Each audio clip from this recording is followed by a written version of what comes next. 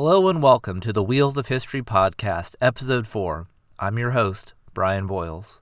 Today's episode is the final part of the 4-part series on the Six-Day War, Victor and Vanquished. This episode covers the final days of the war in which Israel defeats Egypt and Jordan and then makes a last-minute attack to seize the Golan Heights from Syria.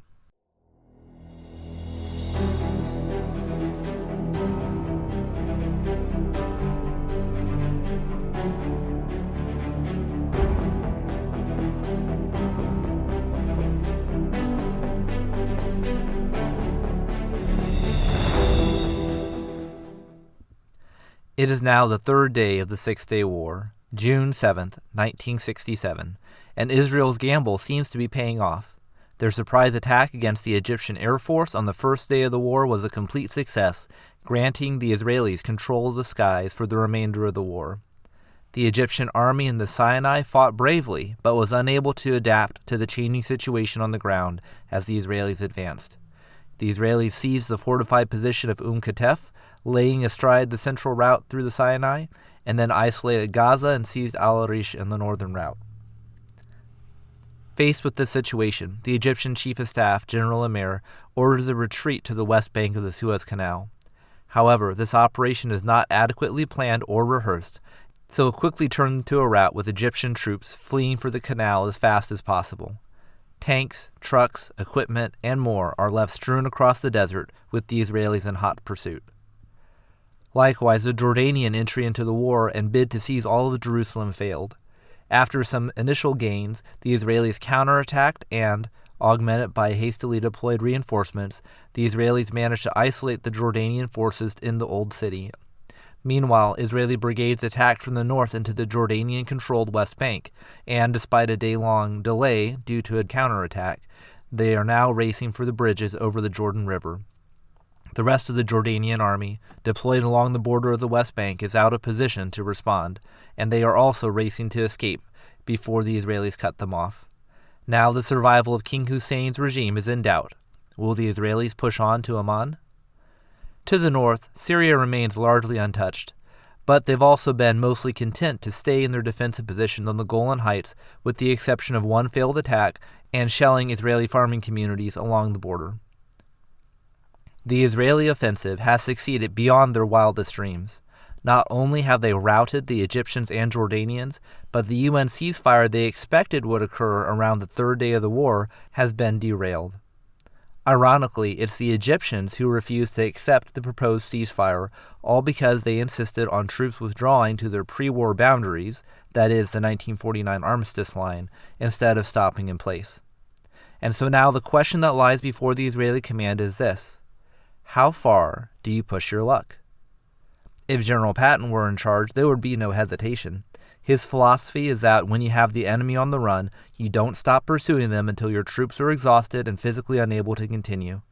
Having risen through the ranks of the cavalrymen, Patton lived for the pursuit, as that is when you gain the most ground for the least casualties, as well as the added benefits of sowing confusion, chaos, and fear among your fleeing adversaries. However, Israel and the Arab states are not the only two players in this game. They live in a world overshadowed by the two superpowers, the United States and the Soviet Union, and they have to act accordingly.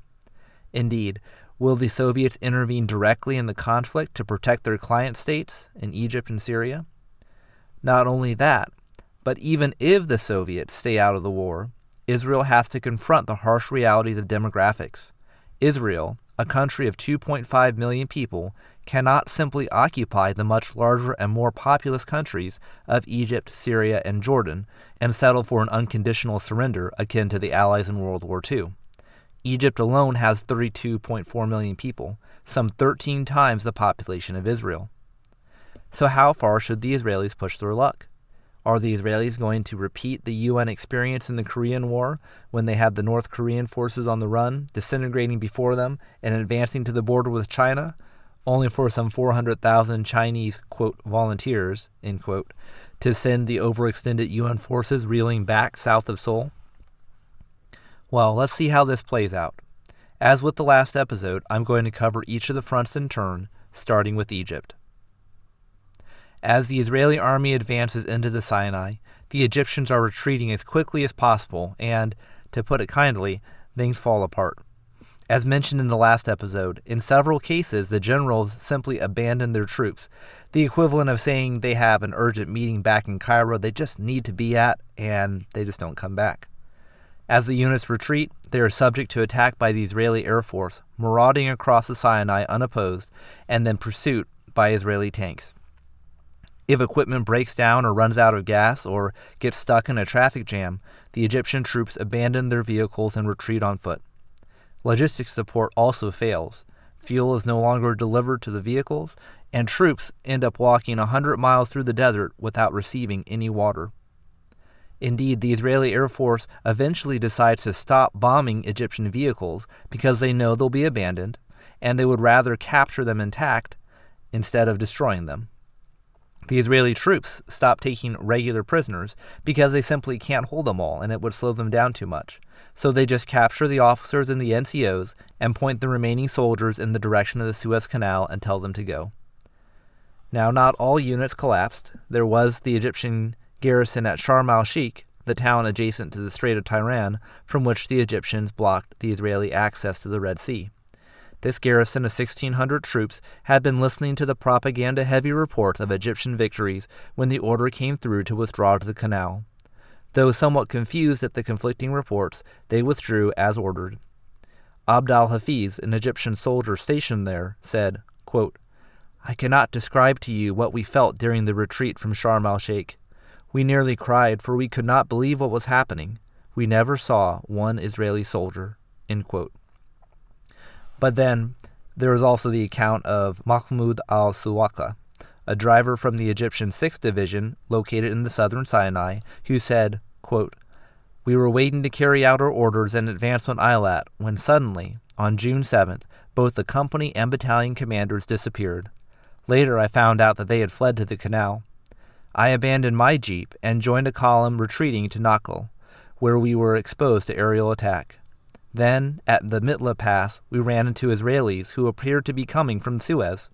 They fired shells and machine guns at us, and after that I felt nothing. I awoke in an Israeli vehicle soaked in my own blood."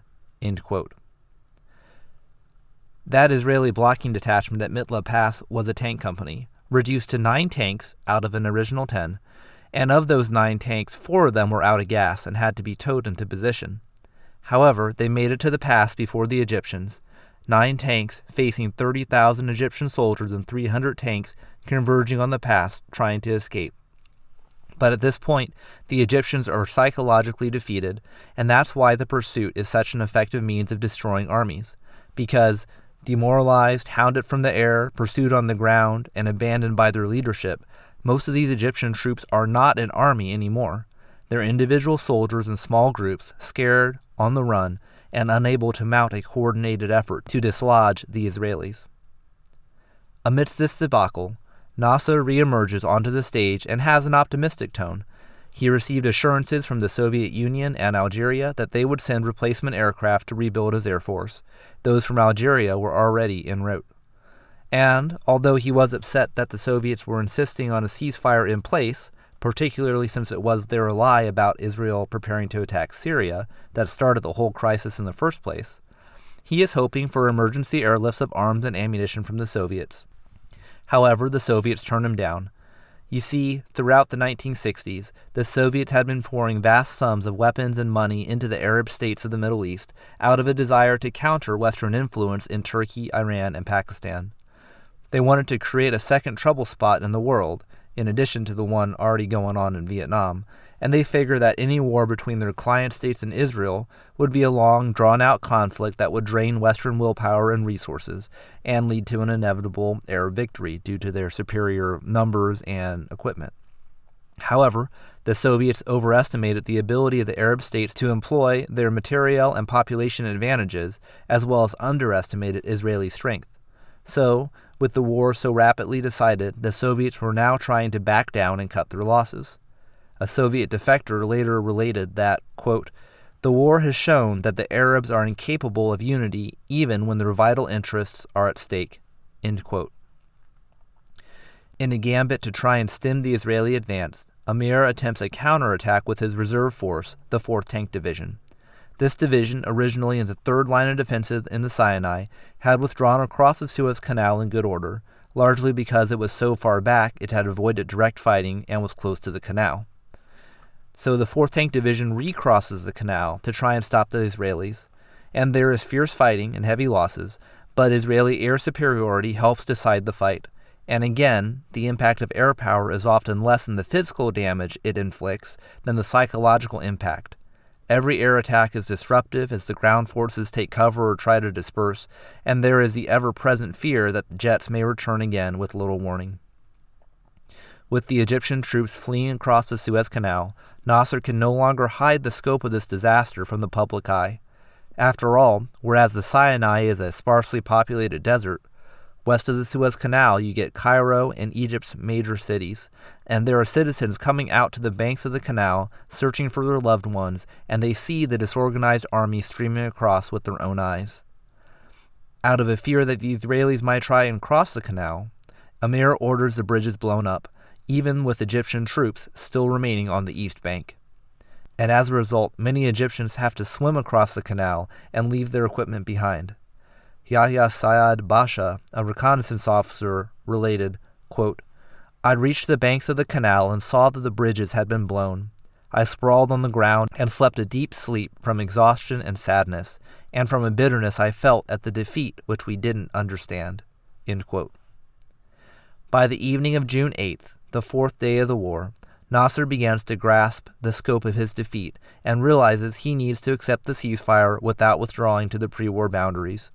He sends a message to his ambassador at the UN, El-Koni, and General Riyad relates this in his memoirs, saying, quote, "During the past few days I had been feeding him," that is, El-Koni, "the exuberant military reports I had received, which he accepted, discrediting the accounts of the collapse of the army conveyed to him by his fellow ambassadors as malicious and inaccurate.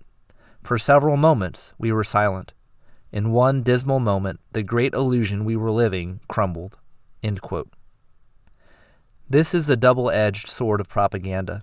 The Egyptians had been lying to themselves and the world since the conflict began, talking about their supposed defeat of the Israeli air attack at the start of the war and their planes now bombing Tel Aviv, their ground forces driving on Eilat. However, now the truth is too great to ignore, and the house of cards comes crumbling down, dealing a double blow of realizing you had been lied to all along and now suddenly seeing how bad things actually are. And so, El-Koni heads to the UN, having to scrap his prepared speech in which he was going to reject the ceasefire offer.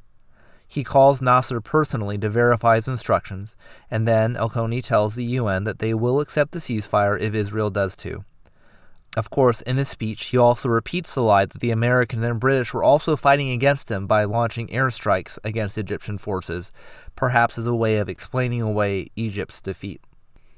With the ceasefire now imminent, Israeli forces advance all the way to the east bank of the Suez Canal. Originally, they had had orders to stay 12 miles away from the canal in order to avoid potential diplomatic complications due to all the international traffic that flows through the canal. But now, concerned that a ceasefire agreement might have them withdraw several miles back from their forward line of advance, the Israelis close with the canal, and this also provides them with a clearly defined and easily defensible border between Israel and Egypt. And so, after 4 days of fighting in the Sinai, the Egyptian army has lost the Sinai Peninsula, 80% of its equipment, much of which is abandoned and would be later put into service by the IDF, and the Egyptian Air Force, the largest in the region prior to the war, has been decimated. Israel is now able to access the Red Sea through their port at Eilat, and the Israelis have a clear defensive boundary against the Egyptians. For the first time in their country's history, they actually have some strategic depth against an Egyptian attack, about 120 miles between the Suez Canal and Israel's pre-war borders. Now, let's shift our focus over to the West Bank and Jerusalem. Here, on the 3rd day of fighting, the prospects for Jordan look bleak. The Jordanian army in the West Bank is falling back to the river crossings as fast as they can, following the Israeli breakthrough in the north, and King Hussein's orders to withdraw. Hussein rescinded those orders a few hours later when he learned that the UN ceasefire might be imminent, but this does little to stem the tide. And as always, there are some units that stand and fight bravely, such as the last 25 tanks of the 40th Armored Brigade, but the majority of the army is in no mood to stop and fight. Desperate, King Hussein appeals to the UN and the UK for help in convincing the Israelis to stop. He is fearful that his regime will be toppled, potentially from a popular uprising due to his army's defeat. The UN is concerned, and Dean Rusk, the U.S. Secretary of State, cables Israel at 7 in the morning, pressuring them to accept the ceasefire to prevent Hussein's regime from falling. The Israelis delay, claiming that the Jordanians are still shooting artillery into their positions in West Jerusalem, and they say they need to meet with the Jordanians and discuss the ceasefire before it is officially in place. Abroad, there is mounting pressure for the Israelis to accept a ceasefire agreement, particularly from the Soviets, who began threatening to change their diplomatic relations and status with Israel if they don't accept a ceasefire. This, however, only encourages the Israelis to move faster. They think they need just a little bit more time to achieve their war goals against Jordan, which is primarily to secure all of Jerusalem under Israeli control and secondarily to secure the West Bank, both to give Israel some much-needed depth in the east-west axis, as well as to give them a defensible border along the Jordan River. Prior to the 1948 War of Independence, Jerusalem was envisioned as being under international control and then surrounded by the Palestinian state. Of course, this never happened. When the war began, the Arabs took over the West Bank and Jerusalem, and during the War of Independence, the Israelis fought hard to try and take Jerusalem. Jerusalem, and in particular the Temple Mount, was very closely aligned with Israel's identity as a nation. The Temple was the focal point for Jewish worship of God for over 1,000 years, and Jerusalem was the capital of the United Israeli Kingdom and later the Southern Kingdom of Judah. In the fighting in 1948 and 1949, the Israelis were able to secure the western half of the city and a land corridor linking West Jerusalem to the rest of Israel, but the Jordanians retained control of eastern Jerusalem, including the Temple Mount. Determined to finish what they had started in 1948, the Israelis decided to take the Old City by storm prior to the ceasefire. At 9:45 on the third day of the war, the Israelis began their assault into the Old City. The Jordanians are outnumbered and fight ferociously, but Israeli perseverance ultimately prevails as they first take the Jewish quarter of the Old City, which had been sacked and resettled by the Arabs in 1948, and then proceed to seize the Temple Mount itself. Organized Jordanian resistance collapses, and some of the soldiers even don civilian clothes to try and escape. There is occasional sniper fire that persists throughout the day, but an Arab delegation offers the city's surrender, as well as the weapons stored in the mosques, and the Israeli troops break out into spontaneous songs and prayers at the Western Wall. The IDF Chief of Staff, Yitzhak Rabin, said, quote, "The sacrifices of our comrades have not been in vain. The countless generations of Jews murdered, martyred, and massacred for the sake of Jerusalem say to you, comfort yet our people, console the mothers and the fathers whose sacrifices have brought about redemption." End quote. The Israelis put the holy places under control of the clergy of their respective religious affiliations, and the government rejects the ideas proposed by some of doing things like destroying some of the old city walls as a traditional symbol of conquest, or blowing up the mosques on the Temple Mount. The Israelis want stability and a smooth transition of control. They have Jerusalem, and that's what matters the most to them. Meanwhile, the other Israeli forces in the West Bank reach the Jordan River by the afternoon of the third day. Only 4 of 11 Jordanian brigades are still combat effective, and the roads are clogged with refugees. By nightfall, the Israelis blow up the bridges over the Jordan River to show that the East and West Bank are no longer linked. And King Hussein, though probably relieved that the destruction of the bridges means the Israelis are not going to march on Amman, he is also stunned, depressed, and humiliated. He lost half his kingdom, well, the half he gained when he annexed the West Bank in 1948, the majority of his country's population, and key sources of revenue, namely tourism and agriculture in the West Bank. So far, Israel has managed to defeat both Egypt and Jordan without provoking intervention from any major powers. The Soviets, while pressuring the Israelis to accept the ceasefire, have not used the same bombastic language they did in 1956 when they threatened to rain missiles down on Tel Aviv. Furthermore, the Americans have maintained a discreet distance from the fighting, and despite what the Egyptians or Jordanians may claim about the Americans or British intervening directly, they are steering well clear of the conflict. The U.S. Sixth Fleet, with its aircraft carriers, remain near the island of Crete, about 400 miles away from the fighting. The only U.S. naval ship that is near to the combat zone is a lone intelligence trawler, the USS Liberty, which had been staying in international waters off Port Said, just north of the Mediterranean entrance to the Suez Canal. These intelligence trawlers are designed to collect information on electronic warfare systems and radars and signals intelligence from intercepted communications. This kind of intelligence gathering is particularly important as the radars and air defense missiles and jammers that the Egyptians are using are the same ones that the Soviet Union is employing too, and by seeing how they perform in wartime at their full operational capacity, allows the Americans to develop adequate countermeasures for their own equipment. Now, this particular ship started its career as the SS Simmons Victory, a Victory-class cargo ship built during World War II. In the early 1960s, it was converted to an intelligence trawler, armed with 50 caliber machine guns for self-defense, and capable of making about 18 knots at full speed. When the crisis broke out in May 1967 that would lead to the Six-Day War, the Liberty was dispatched to the area to glean what information they could from the conflict. And once the war broke out, there was some discussion about having the Liberty moved further to sea to avoid any potential danger, and so on June 8th, the third day of the war, the Joint Chiefs ordered the Liberty to move about 100 miles off the coastline. This message, sent around 3 a.m. Israeli time, was misrouted and didn't arrive until much later. Meanwhile, the Israelis had noticed the presence of the USS Liberty the morning of the 8th, identified it as an American vessel, and marked it as such on their situation board.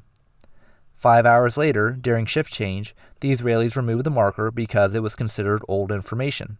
After all, ships move, and in 5 hours, ships can travel 100 miles or more, depending on how fast they're going.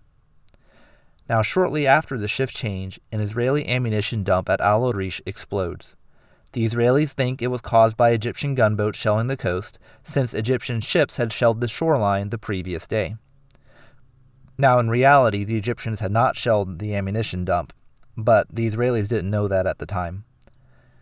With Israeli aircraft being otherwise occupied with missions, the Navy is directed to investigate. The exact message from the General Staff was, quote, "The coast is being shelled, and you, the Navy, have done nothing," end quote. Now, to all this, all I can say is, go Army, beat Navy.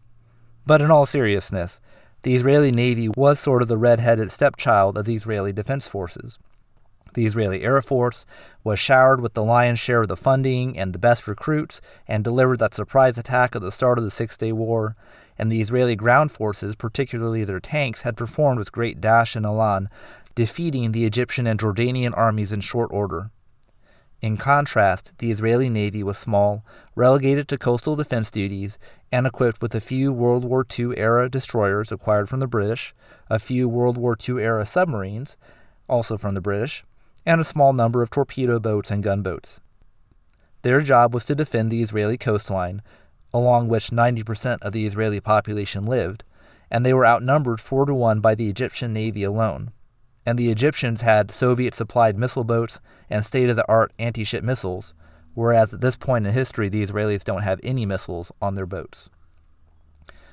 So, in response to these orders to do something about the Egyptians, the Navy dispatches 3 torpedo boats. And when the Israeli torpedo boats arrive in the area, they do see a ship headed west away from Israel. They pursue it and determine the ship is going about 30 knots. Now, in reality, this is the USS Liberty, and it's not going 30 knots. It's going 5 knots, doing a back-and-forth pattern off the Egyptian coastline. It had just finished moving east, and now it had turned around and was heading back west again. But from the Israeli point of view, it seemed like the Liberty was a hostile Egyptian ship. After all, in their mindset, they're looking for a ship withdrawing from their coastline, they just had an ammunition dump explosion, and they assume the Egyptian Navy is behind it. Furthermore, given they are looking at a boat far away, and a torpedo boat itself is small, meaning as it's moving through the waves, it's subject to a lot rougher of a ride, and its observation masts are a lot lower to the sea, making it harder to make out details of a ship far away. The Israelis know that there's a ship there, but it's hard for them to determine what type of ship it is or any details. And so the Israelis pursue the ship, but based on their erroneous speed estimate, They think that they are not going to be able to catch the ship before it reaches Egyptian waters, and so the Navy calls for help from the Israeli Air Force. The IAF diverts 2 Mirage fighters who strafe the Liberty with 30mm cannon. Afterwards, over 800 shell holes are found in the ship. Now, these fighter aircraft are not armed with bombs, and so after doing their strafing runs, the Israeli pilots ask for some help, and a flight of Mystere fighter bombers are diverted from a ground attack mission. The Mysteres drop their napalm on the Liberty, hitting the ship, and then when they come around for a second pass, the pilots realize to their horror that the ship markings are in Latin letters, not Arabic lettering, which Egyptian ships would have. And so, realizing that they probably attacked a neutral ship, they abort their attack run and depart. Now, of course, the Navy and the Air Force use different frequencies and radios for communications, and so the Israeli torpedo boats are unaware that the IAF stopped their attack because they thought it was a neutral ship. Now, as the torpedo boats approach the Liberty, which had been strafed and bombed at this point and is on fire, one of the machine guns on the Liberty opens fire on the torpedo boats, and so the Israelis return fire and launch torpedoes. One torpedo hits the Liberty, and the other torpedo boats continue shooting at the ship with machine guns and light cannon. Eventually, one of the ships identifies a life raft that's having U.S. Navy markings, and they call off the attack. Ultimately, the Liberty would make it back to port under its own power, but with significant loss of life, 34 dead and 171 wounded. The Israelis immediately apologize and ultimately compensate the families for their losses. At the White House, when news arrives of the Liberty being attacked, they first think it was the Soviets who torpedoed the ship, and so the top officials call the Soviets on the hotline, and they're relieved to find out the Soviets were not involved in the incident. While the loss of life is tragic, at least it doesn't herald the beginning of World War III and thermonuclear annihilation. But how did this incident happen? Was it a deliberate attack by the Israelis on the Liberty, or an act of incompetence and negligence by the same military that had defeated the Jordanians and Egyptians in a matter of days? Well, conspiracy theories about this attack abound, the most common one being the Israelis were deliberately attacking the Liberty to keep the U.S. from realizing how much they were winning, or potentially to keep the U.S. from discerning their plans on seizing the Golan Heights. However, like most conspiracy theories, there are plenty of holes to it too. After all, the Israelis wanted to hide their plans from the U.S. to the point where they would risk attacking a U.S. Navy ship with bombs and torpedoes. Why not just go all the way and sink the ship entirely? Furthermore, the Arabs and the Soviets, who have plenty of animosity toward the Israelis, maintained that the Liberty was spying for the Israelis, and therefore the Israeli attack on it was just an accident and not a deliberate attack.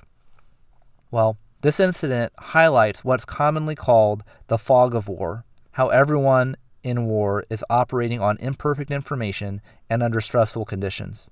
For example, while the USS Liberty was flying the U.S. flag and was clearly marked, there was not much wind that day, and the vessel was going so slow, the flag may not have been visible to the pilots. Furthermore, whenever there's a shift change in operation centers, there's always information lost in the transfer, and then there are assumptions that don't always bear out. In this case, removing the Liberty from the situation board because the information was 5 hours old might be a good assumption if a ship was traveling to a particular destination. In contrast, the Liberty was at its destination, sailing back and forth.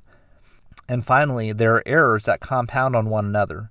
Thinking the ammunition explosion was linked to Egyptian shelling because that's what happened the previous day, the torpedo boat misjudging the Liberty's speed and thus seeming to be a hostile contact, and that fed into the narrative that they were chasing an Egyptian combat vessel that just shelled the coastline. There was probably also some factor of the Navy wanting to play an important role in the war, and this was their chance to catch and sink an Egyptian ship. The USS Liberty incident also highlights the danger of a conflict widening and spilling over and drawing in major powers even if nobody actually wants that to happen. Mistakes and accidents do happen in war, and while, thankfully for the Israelis, this may have strained U.S.-Israeli relations for a time, it did not have a long-term impact on those relations, nor did it impact the outcome of the Six-Day War. Though one can only imagine what would have happened if it was a Soviet ship that was attacked by accident instead of an American ship. Well, the war is almost over, but there is one front left to consider, the Syrian front.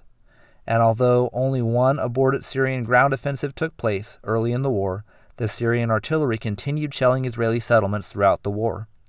48 farms were shelled by the third day of the war, and, for all their inaction on the ground, Damascus radio was maintaining a bellicose tone, broadcasting about the Syrian army seizing Acre and Nazareth and criticizing Jordan for abandoning the West Bank, and they continued to try and apply pressure to Lebanon to join the war against Israel. Now, in reality, the Syrian ground forces did not attack because, according to official Syrian army records, quote, the complicated situation at the front and because of the unwillingness of the reserve brigades to fight, end quote. This highlights the fractured nature of the Syrian army. The Syrians have gone through many coups and regime changes since their independence, and there is a lot of factionalism within the army. On the one hand, having a fractured military makes it difficult for the armed forces to be used in a coup against the standing government. On the other hand, having a fractured military leads to instances where commanders can, simply choose to ignore their orders. Well, amongst the Israeli leadership, with the war against Egypt and Jordan winding down and a ceasefire imminent, there is strong support for a ground offensive against Syria to seize the Golan Heights. The Syrian positions there allowed them to observe and shell Israeli farming settlements along the border, and if they captured the Golan Heights, it would offer the Israelis good defensive terrain against the Syrians and would also protect Israeli towns and settlements by giving them a defensible border zone against the Syrians.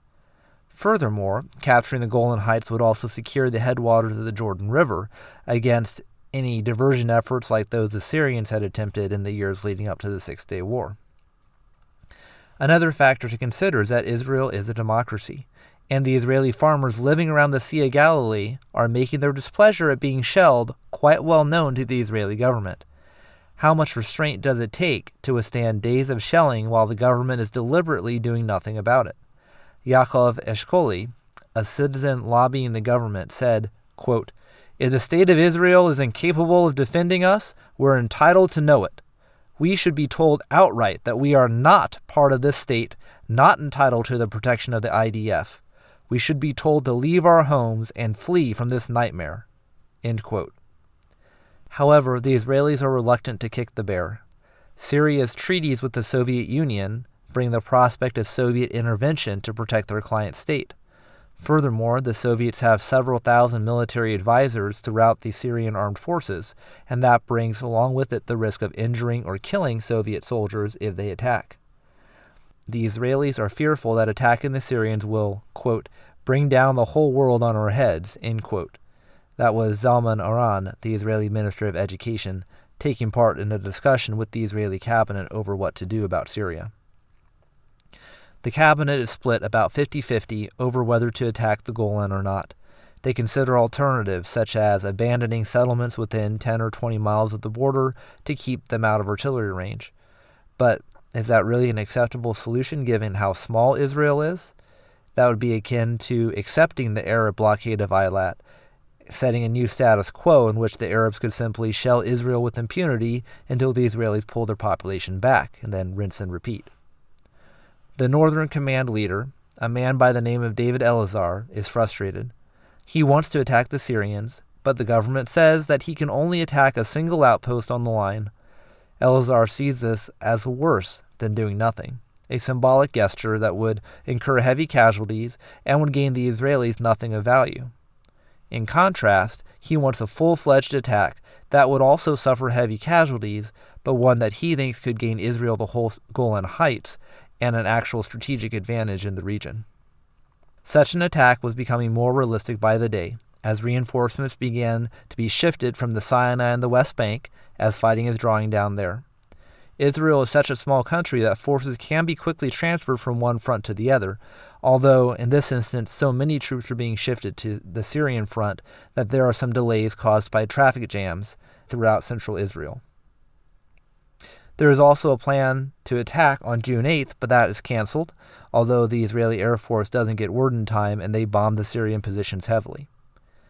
And then on June 9th, the fifth day of the war, Israeli reconnaissance photos indicate that Syrian army forces around the town of Quneitra, located behind the Golan Heights along the road to Damascus, the reconnaissance photos indicate that the Syrian forces there have departed. And this raises more questions within the Israeli leadership. Are the Syrians collapsing and pulling their forces back to Damascus? Or is this bad intelligence, and are the Syrian forces still there? Moshe Dayan, the Israeli Minister of Defense, had been a staunch opponent of attacking Syria throughout the war, but he suddenly changes his stance. At 6 o'clock in the morning on June 9th, he calls David Elazar asking, "Can you attack?" Elazar replies, "I can, and right now." And Moshe ends the call saying, "Then attack." The Israeli aerial bombardment begins at 9:40 in the morning, targeting artillery pieces, logistics depots, and trucks along the Syrian defenses. The Syrian troops in the bunkers and trenches along the Golan Heights are also bombarded, but are largely unaffected by those strikes due to their defenses. However, the sudden surge in attacks on the 8th and the 9th from the air do provide a strong psychological shock to the Syrian army after days of relative inactivity. They must realize that their time will come soon. The Israeli plan of attack is to strike both north and south of the Sea of Galilee, climbing up the Golan Heights to seize it from the Syrians.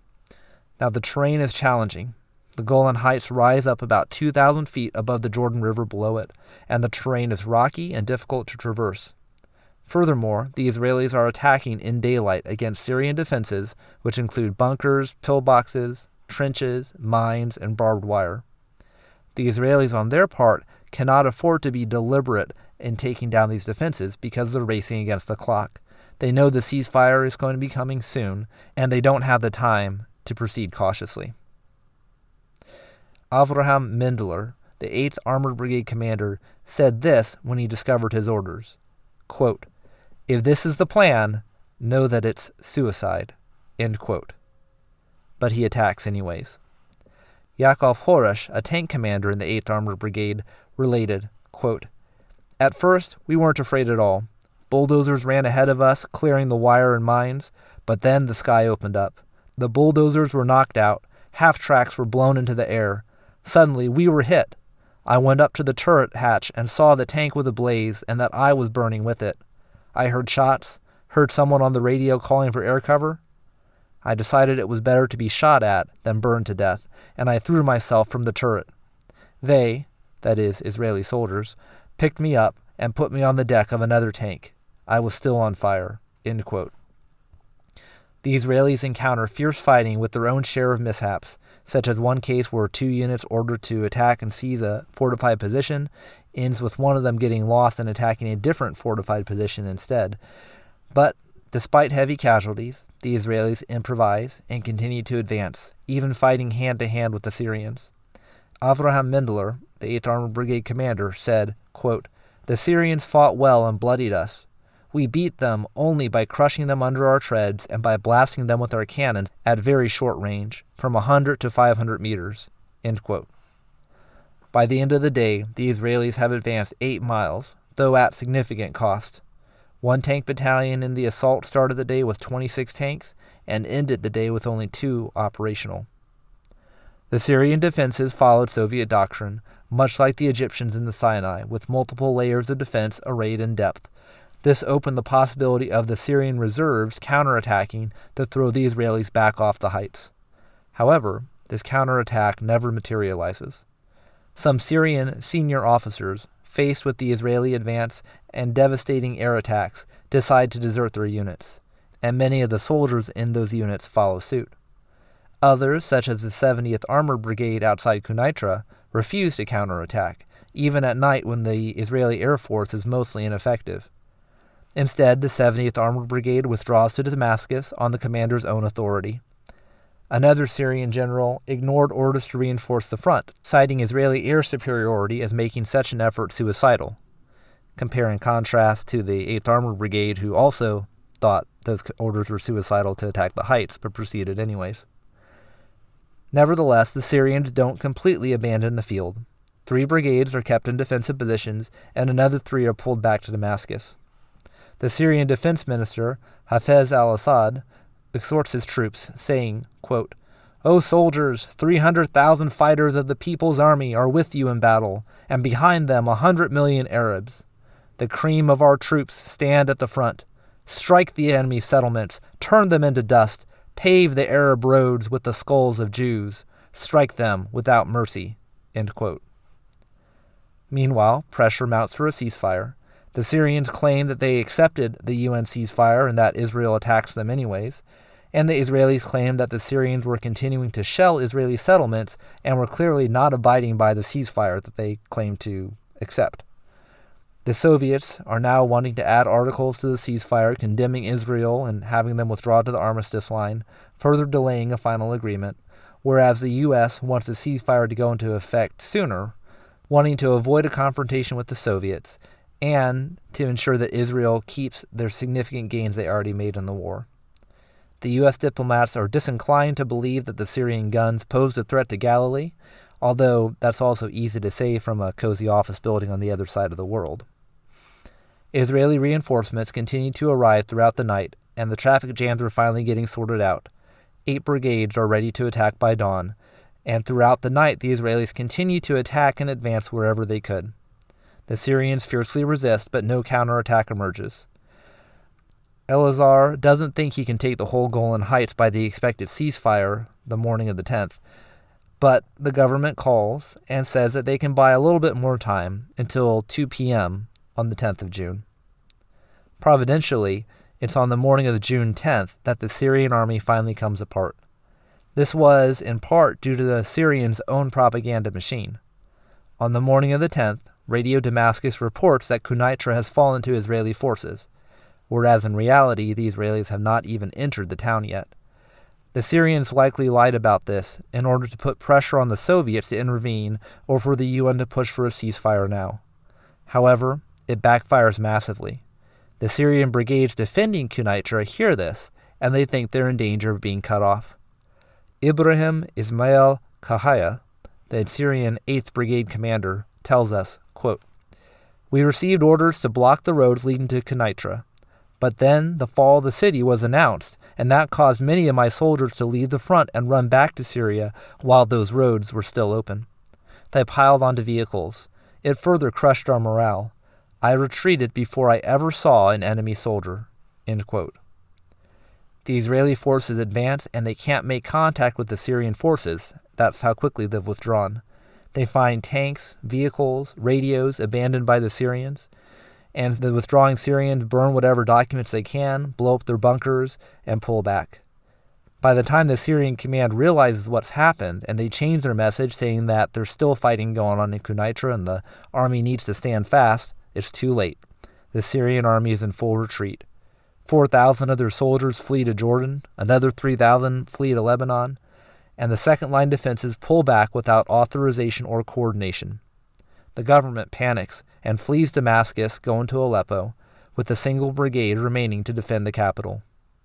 Meanwhile, the Israelis make use of air assaults to seize terrain as far forward as possible, and an uncoordinated pursuit follows, made possible by the Syrian flight. Quneitra falls at 12:30, and the Israeli troops find the neighborhoods virtually abandoned, with stores and markets still full, lunch is hot on the table. Elazar asks for permission to drive on Damascus, but Rabin rejects the plan. The Israelis have no desire to seize more territory beyond the Golan Heights. As this collapse is occurring, the Soviet government is trying to sort out what they're going to do about this debacle. Internally, the Soviets have been divided on their Middle East policy since the war began. They went into the crisis seeking to arm, equip, and curry favor with the Arab regimes in the region to counter American and NATO influence in the Middle East. However, when the war broke out, they were unsure whether they were actually willing to confront America over what to the Soviets was a mere sideshow. Further slowing the Soviet response is bureaucracy. The Soviet government leaders typically only met together once a week, on Thursday, which would be June 8th. And so, when this war broke out, unexpectedly, the Soviets didn't have a meeting to discuss it in depth until the 4th day of the war. Furthermore, the Soviet system is very much set up to discourage anyone from going off script and thinking for themselves. The excesses of Stalinism were still in the collective memories of the government leaders, and it was always preferable to have someone to blame if things go wrong, or at least to hide behind the veil of collective action.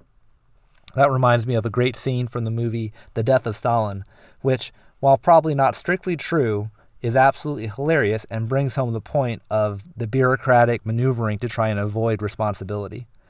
There's a meeting of the inner circle of the Politburo making decisions, and every decision is carried unanimously, despite the clear objections of some people on the board, but through peer pressure and cajoling or threats, every decision comes to a unanimous conclusion to give the appearance of unity. Anyways, the point is, the Soviet decision-making process is paralyzed until this June 8th meeting, hampering their efforts to actually come up with a coherent stance on the war and what should be done. Nikita Khrushchev, who had been deposed as leader of the Soviet Union 3 years earlier, lamented that the Soviets allowed the war to happen in the first place. That is, by encouraging the Arab nations and giving them false intelligence of Israeli intentions to attack Syria, which in turn backed Israel into a corner where the Israelis had no alternative but to strike. Now, with reports of Israeli planes bombing Damascus and the fall of Quneitra, the Soviets charged the Israelis with, quote, genocide, end quote, and began signaling to the Americans that they are preparing to intervene directly if the Israelis don't stop. The Americans consider how to respond. Is this a Soviet test of American resolve and commitment? They don't want to be too polite and thus invite the Soviets to keep pushing, but they also don't want to threaten the Soviets and escalate the conflict into a standoff between the U.S. and the Soviet Union.